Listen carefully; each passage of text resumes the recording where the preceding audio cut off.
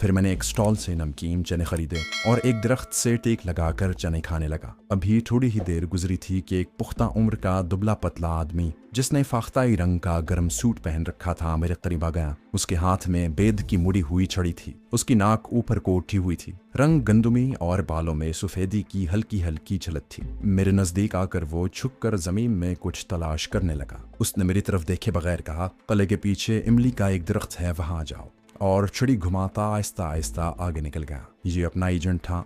उसने मुझे पहचानने के बाद ही ये हिदायत की थी। मैंने इत्मीनान से चने खाकर खाली लिफाफा एक तरफ फेंका और रुमान से मुंह पहुंचते हुए नहर के साथ साथ चलने लगा। नहर पल्ले के चारों तरफ घूम गई थी। पल्ले के अतबी दरवाजे के सामने आकर मैंने लकड़ी का पुल अबूर किया। सामने ही इमली का दरख्त आ गया। मैं उसके नीचे पड़ी बेंच के कोने पर बैठ गया। जरा देर बाद वही खुश लिबास शख्स हाथ में लिफाफा पकड़े उससे गंडेरिया निकाल कर चूसता हुआ नमदार हुआ और मुझसे थोड़े फासले पर एक दरख्त के नीचे खड़ा हो गया। मैं एक खास जाविये से उसे देख रहा था। देखते ही देखते उसने लिफाफे को आहिस्ता से मरोड़ा और दरख्त के साथ लगे हुए कूड़ा करकट के डिब्बे में फेंक दिया। जेब से घड़ी निकाल कर देखी, मुझ पर एक उचटती हुई निगाह डाली और झड़ी लहराता दूसरी तरफ चला गया। वो मेरे लिए कोई खास चीज डिब्बे में डाल गया था। कुछ देर मैं अपनी जगह पर खामोश खड़ा रहा, फिर आहिस्ता आहिस्ता दरख्त वाले डिब्बे के पास आ गया। चारों तरफ कोई नहीं था। मैंने डिब्बे से लिफाफा निकाल कर कोट की जेब में डाला और लकड़ी का पुल अबूर करके किले के दूसरे दरवाजे की तरफ चल पड़ा। बंगले पर पहुंचकर मैं सीधा अपने बेडरूम की तरफ बढ़ा और दरवाजे की चिटखनी लगाकर लिफाफा खोल डाला। उसमें एक छोटा सा रिवॉल्वर था जिसके आगे साइलेंसर लगा हुआ था। उसके साथ ही कोड वर्ड में टाइप किया हुआ एक खत था। तहरीर डी कोड करके असली खत मैंने लिफाफे समेत जलाकर उसकी राख फ्लश में बहा दी। चाणक्य प्लान की माइक्रोफिल्म बहुत जरूरी है। पोशाली को आइंदा इस किस्म के ऑपरेशन में मत डालो। हमारी इत्तला के मुताबिक ये फिल्म अब अजायब घर के खुफिया तहखाने में नहीं बल्कि भारतीय पार्लियामेंट हाउस लाइब्रेरी के आखिरी कमरे में मौजूद है। ज्यादा इंतजार खतरनाक साबित हो सकता है, इसलिए जितनी जल्दी हो सके उसे लाइब्रेरी के खुफिया चैम्बर से निकाल कर मुझे पहुंचाओ। मेरे बारे में तुम बॉस को सिग्नल करके मालूम कर सकते हो कि मैं कहाँ तुम्हें मिल सकूंगा। खत के मुंदरजात को 2-3 बार पढ़कर मैंने उसे भी जलाकर राख फ्लश में बहा दी। माइक्रोफिल्म की जगह बदलना एक कुदरती अमर था। जहां 2 बार फिल्म उड़ाने की कोशिश की गई हो वहां ये खुसूसी दस्तावेज कभी नहीं रखी जा सकती थी। उस वक्त एजेंट रहनुमाई न करता तो मैं अकेला न जाने कब तक अंधेरे में टामक डोहियां मारता रहता। पार्लियामेंट हाउस मेरा देखा भाला था। हमारा दफ्तर शुमाल मगरिब से जरा फासले पर लेकिन उसी कॉम्प्लेक्स की हुदूद में था। पार्लियामेंट हाउस की लाइब्रेरी में भी 2-4 मरतबा जाने का इत्तेफाक हुआ था, जो ज्यादा बड़ी नहीं थी। बस ऊंची छत के नीचे किताबों की अलमारियां 6-7 कतारों में लगी थी। दरवाजे की बाएं जानिब लाइब्रेरी का ऑफिस था। साथ ही एक काउंटर था जहां क्लर्क किताबें जारी करता और वसूल करता था। इसी असना में एक तमला चाय ले आई। चाय पीने के दौरान मैंने टीवी से खबरें सुनी, लेकिन उनमें इंटेलिजेंस ऑफिसर की हलाकत की कोई खबर नहीं थी। अलबत्ता अगले रोज हिंदुस्तान टाइम्स में एक 4 सतरी खबर छपी थी कि दिल्ली की एक बिल्डिंग की लिफ्ट में एक उधेड़ उम्र आदमी मुर्दा पाया गया, जिसके बारे में ख्याल है कि उसे दिल का दौरा पड़ा। मेरा कयास था कि मिस्टर तिवाड़ी अब सोच समझकर मेरे पीछे किसी दूसरे आदमी को लगाएगा, क्योंकि मैं अब तक अपने पीछे लगे हुए 3 आदमियों को हलाक कर चुका था, जिन्हें पोस्टमार्टम की रिपोर्ट के मुताबिक दिल का दौरा पड़ा था। लेकिन अब मुझे ज्यादा चौकस रहने की अशद जरूरत थी। मैंने अपने जहन में लाइब्रेरी का जो मंसूबा तरतीब दिया था उसके लिए भी सुजाता को इस्तेमाल करने का फैसला किया था। अगर वो लाइब्रेरी की मेंबर बन जाती तो मैं उसके साथ कभी कभी वहां जा सकता था और किसी को मुझ पर शक भी ना होता। दूसरे दिन तिवाड़ी का रद्द अमल मालूम करने के लिए एक फाइल लेकर उसके कमरे में गया तो वो किसी को फोन कर रहा था। मुझे देखते ही उसने फोन बंद कर दिया और मुस्कुराते हुए बोला, कहो कैप्टन, कैसी रही कल की पिकनिक? मैं एक लम्हे के लिए अपनी जगह से हिल गया मगर फौरन ही अपने आप को संभाल लिया। सर, अच्छी रही। इतवार को मैं आमतौर पर घर आराम करता हूँ, मगर मेरी मंगेतर मुझे जबरदस्ती साथ ले गई थी। मैं सोच रहा था कि उसे कैसे हमारी पिकनिक का इल्म हुआ। वो खुद ही बोला, मैं भी बच्चों के साथ गया हुआ था किले में। मैंने कहा, सर आपने हमें बच्चों से क्यों ना मिलवाया? मुझे बड़ी खुशी होती, हम तो अकेले वहां बोर हो गए थे। मिस्टर तिवाड़ी ने कोई जवाब देने की बजाय जरा से कंधे उचकाए और फाइल की तरफ इशारा करके पूछा कि ये कौन सी फाइल है? हर फाइल पर मैं उसका मशवरा ले सकता था। मैंने महसूस किया कि वो इन तासुरात को मुझसे छुपाने की कोशिश कर रहा है, जिनका असर उसके चेहरे से जाहिर होना कुदरती अमर था। लेकिन चूंकि आदमी बड़ा तजुर्बाकार और काइया था, इसलिए 100% कामयाब रहा। उसने मुझसे सेंट्रल ब्यूरो के किसी आदमी की हलाकत की बात न की और फाइल पर अपना मशवरा देने के बाद टेलीफोन का नंबर घुमाने लगा। मैं फाइल उठाए वापस अपने कमरे में आ गया। दोपहर को वशराम से मुलाकात हुई। उसका रवैया भी मामूल के मुताबिक था। मैंने भी मजीद कुरेदने की जरूरत महसूस न की और अपनी सारी तवज्जो लाइब्रेरी के खुफिया खाने की तरफ मबजूल कर दी।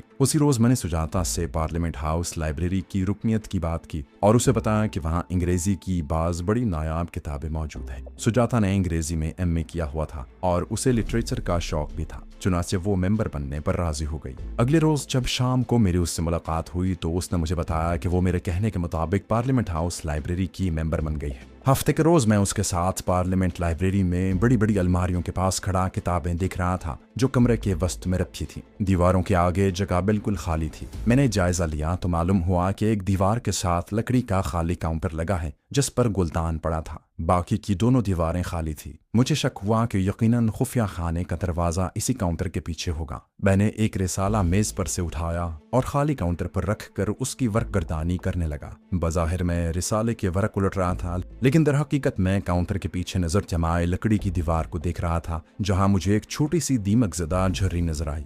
लाइब्रेरी के मुलाजिम ने आकर मुझे टोका तो मैं रिसाला उठाकर सुजाता के पास आ गया। वो बोला, सर आप वहां बैठकर रिसाला पढ़िए, इस तरह दूसरे लोग डिस्टर्ब होते हैं। सुजाता अलमारी में से एक किताब निकलवा रही थी। बोली, मैंने चार्ल्स डिकेंस की सवाने उम्री निकलवाई हैं। बड़े अरसे से ये किताब मुझे नहीं मिल रही थी। हम कुछ देर लाइब्रेरी में रुके और फिर लोधी रोड के एक स्नैक बार में हमने कॉफी पी। सुजाता बड़े मूड में थी, मैं भी बराबर उसका साथ दे रहा था, लेकिन दिमाग लाइब्रेरी में अटका हुआ था जहां जगह जगह पहरा था। गार्ड्स की मौजूदगी में लाइब्रेरी में दाखिल होकर खुफिया तहखाने का दरवाजा तोड़ना या उसे किसी तरीके से खोलकर अंदर जाना आसान काम नहीं था। इसके लिए पूरी मनसूबाबंदी की जरूरत थी। 2 दिन बाद मैं फिर सुजाता के साथ लाइब्रेरी गया और काउंटर की अकबे दर्ज का जायजा लेता रहा। दूसरी तरफ मुझे पोशाली के बारे में भी सख्त तशवीश थी। मुझे कुछ इल्म नहीं था कि उस पर क्या क़यामत बीत रही है। वो कहाँ है? यकीनन उसे सख्त जिस्मानी अजियत दी जा रही होगी ताकि उसकी जबान खुलवाई जा सके। बाद में उसने मुझे जो वाक़यात सुनाए उनके मुताबिक पहले रोज किले की रेजिमेंटल क्वार्टर गार्ड में कर्नल भल्ला और सिख ब्रिगेडियर ने उससे थोड़ी बहुत पुछगिछ की। मिस्टर तिवाड़ी से उसकी मुलाकात भी यहीं हुई थी।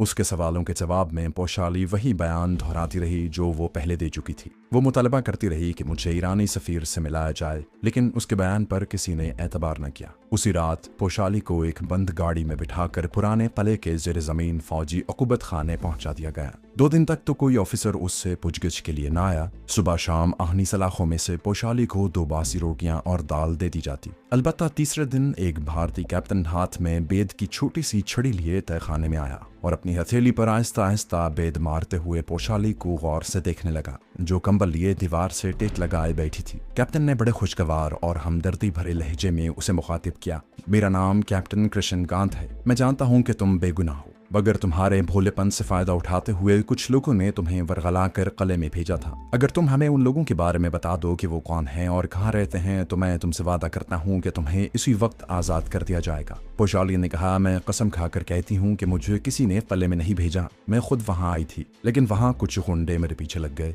जिन्होंने जबरदस्ती मुझे कुछ पिला दिया और मैं बेहोश हो गई। कैप्टन कृष्णकांत ने पोशाली के करीब बैठकर बेद की छड़ी से उसकी ठोड़ी पर हल्का सा टहूका दिया। बोला, मैं इसलिए अकेला आया हूँ कि मुझे तुमसे हमदर्दी है। जब तुम बेगुनाह हो तो गलत बयानी से क्यों काम ले रही हो? तुम उन लोगों के नाम क्यों नहीं बता देती? उन्होंने तुम्हारे भूलपन का नाजायज फायदा उठाया है। पोशाली ने कहा, ये गलत है कैप्टन, मुझे किसी ने वहां नहीं भेजा। मैं बेकसूर हूँ। मुझे ईरानी सफीर से मिलाया जाए, नहीं तो मैं यहाँ से निकलकर भारतीय हुकूमत के खिलाफ प्रेस के जरिए शदीद एहतजाज करूंगी। कैप्टन कृष्णकांत उठ खड़ा हुआ। उसने बाजू से पकड़कर पोशाली को भी उठा लिया। बोला, अब मैं तुम्हें नहीं बचा सकता। तुमने अपने बारे में खुद ही फैसला कर दिया है। वो वापसी के लिए मुड़ा, लेकिन दरवाजे के पास पहुंचकर उसने फिर उसे मुखातिब किया। इसके बावजूद मैं तुम्हें आज के दिन की मोहलत देता हूँ। शाम को फिर आऊंगा। तुम अच्छी तरह सोच समझ लो और ये मत भूलना कि ये तुम्हारी जिंदगी और मौत का फैसला होगा। कैप्टन कृष्णकांत चला गया। पोशाली ने मुझे बताया कि उसके जाने के बाद मुझे यकीन हो गया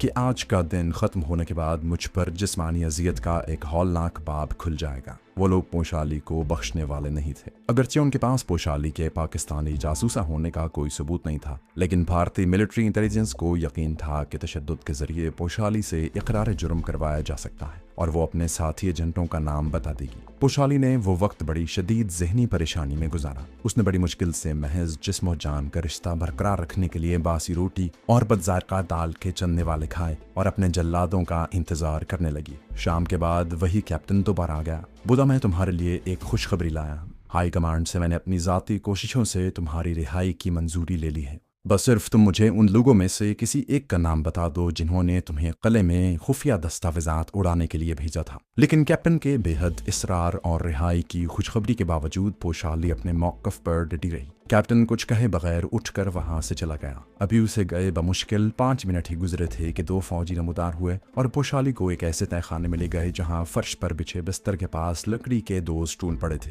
पोशाली को उस तहखाने में छोड़कर दोनों वापस चले गए। 2 मिनट बाद तहखाने का दरवाजा खुला और लंगोट बांधे 2 भारी भरकम आदमी अंदर दाखिल हुए। उन्होंने अपने स्याह जिस्मों पर तेल की मालिश कर रखी थी। एक हाथ में रस्सी भी थी। अंदर आते ही एक ने दरवाजा बंद करके कुंडी लगा दी और दूसरे ने पोशाली को दबोच कर उसके मुंह में कपड़ा ठूस दिया और हाथ रस्सी से पुश्त पर बांध दिए। फिर दोनों दरिंदे उस पर टूट पड़े। उस पर इस कदर हौलनाक और शदीद तशद्दुद किया गया कि वो बेहोश हो गई। जब उसे होश आया तो दोनों जल्लाद उसके सामने स्टूलों पर बैठे बीड़ियां पी रहे थे। अब उन्होंने पोशाली के जिस्म को बीड़ी से दागना शुरू कर दिया। पोशाली की चीखें निकल गईं मगर तशद्दुद का सिलसिला जारी रहा। जब उनकी बीड़ियां अपने आप बुझ गईं तो एक बार फिर वो पोशाली पर टूट पड़े। तशद्दुद, दरिंदगी और बर्बरियत का ये सिलसिला देर तक जारी रहा। पोशाली बेहोश हो चुकी थी मगर उस पर तशद्दुद जारी था। तवील बेहोशी के बाद जब पोशाली की आंख खुली तो उसका जिस्म फोड़े की तरह दुख रहा था। फिर एक फौजी ने आकर उसे पानी पिलाया और जख्मों पर मरहम लगाकर चलता बना। पोशाली को थोड़ा सुकून तो मिला लेकिन वो जानती थी कि ये उसके साथ हमदर्दी नहीं की जा रही बल्कि उसके जिस्म को तशद्दुद और अजियत के दूसरे मरहले के लिए तैयार किया जा रहा है। 12 घंटे गुजरने के बाद पोशाली पर तशद्दुद का सिलसिला फिर से शुरू कर दिया गया। इस बार 2 नए आदमी उसे अपनी बर्बरियत और दरिंदगी का निशाना बनाने के लिए आए थे। यह सिलसिला उस वक्त तक जारी रहा जब तक कि पोशाली का जिस्म बेहिस नहीं हो गया। जब पोशाली का जिस्म अजियतों से चलनी हो गया तो वही कैप्टन एक बार फिर उसके पास आया और उससे पूछगिछ शुरू कर दी। पोशाली इतनी अजियत उठा चुकी थी कि अब हर किस्म का तशद्दुद उसे बखुशी कबूल था मगर वो अपनी जबान नहीं खोल सकती थी। कैप्टन ने भी उससे ज़दोकोब किया। पोशाली दर्द से चीखती और बिलबिलाती रही मगर अपने मौक़िफ़ पर कायम रही कि मैं ईरानी सयाह हूँ और मुझे ईरानी सफ़ीर से मिलाया जाए। 4 दिन के बाद पोशाली को उसी कैद खाने में वापस ले जाया गया जहाँ वो पहले कैद थी। इस बार उसे कुछ नहीं कहा गया। आहिस्ता आहिस्ता पोशाली के जख्म भर गए। अब वो तशद्दुद के तीसरे मरहले की मुंतज़िर थी जो बकौल उसके किसी कदर अनोखी नौयत का था। एक रोज़ 2 फौजी तहखाने में आए। उनमें से एक ने अपने हाथ में छोटी ट्रे थाम रखी थी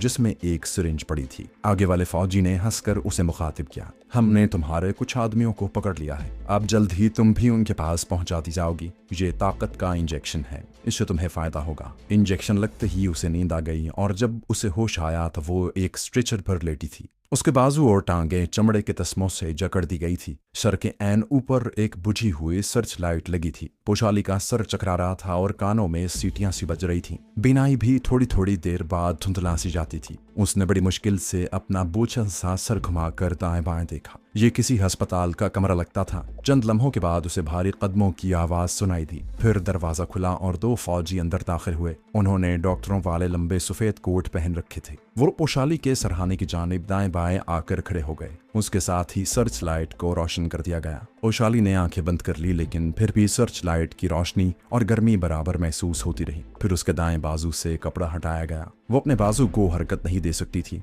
उसने आंखें खोलकर देखना चाहा कि अब उसके साथ क्या हो रहा है, मगर बल्ब की तेज रोशनी में उसे कुछ नजर न आया। दूसरे ही लम्हे उसे एक और इंजेक्शन लगा दिया गया। पोशाली के जिस्म में जैसे पिघली हुई आग सरायत कर गई। वो तकलीफ से तड़पी और फिर उसे कोई होश न रहा। न जाने कब उसे होश आया। होश में आते ही उसे सबसे पहला एहसास ये हुआ कि वो हवा में उड़ रही है। उसका जिस्म हल्का हो गया था। उसे किसी किस्म की तकलीफ महसूस नहीं हो रही थी, लेकिन अब उसकी आंखें अपने आप बंद होने लगी थी। दोनों फौजी पोशाली पर झुक गए और फिर पोशाली के कानों में बारी बारी आवाजें आने लगी। तुम लैला नहीं हो, तुम ईरानी नहीं हो, तुम्हें भारत में तकरीबकारी के लिए भेजा गया है, तुम लाहौर से आई हो, तुम लैला नहीं हो। पोशाली को यूं लगा जैसे वो इन आवाजों की लहरों पर तैरने लगी हो। उससे लाहौर याद आ गया। वो कहती है कि उस वक्त मुझे तुम्हारा यानी मेरा ख्याल भी आया। मेरी शक्ल उसकी आंखों के सामने घूमने लगी। पोशाली का कहना है कि मेरा नाम उसके होंठों पर आने ही लगा था कि उसने कोशिश करके अपने होंठ भींच लिए। उसने अपनी कुव्वत इरादी से काम लेते हुए चिल्ला कर कहा, मैं ईरानी हूँ,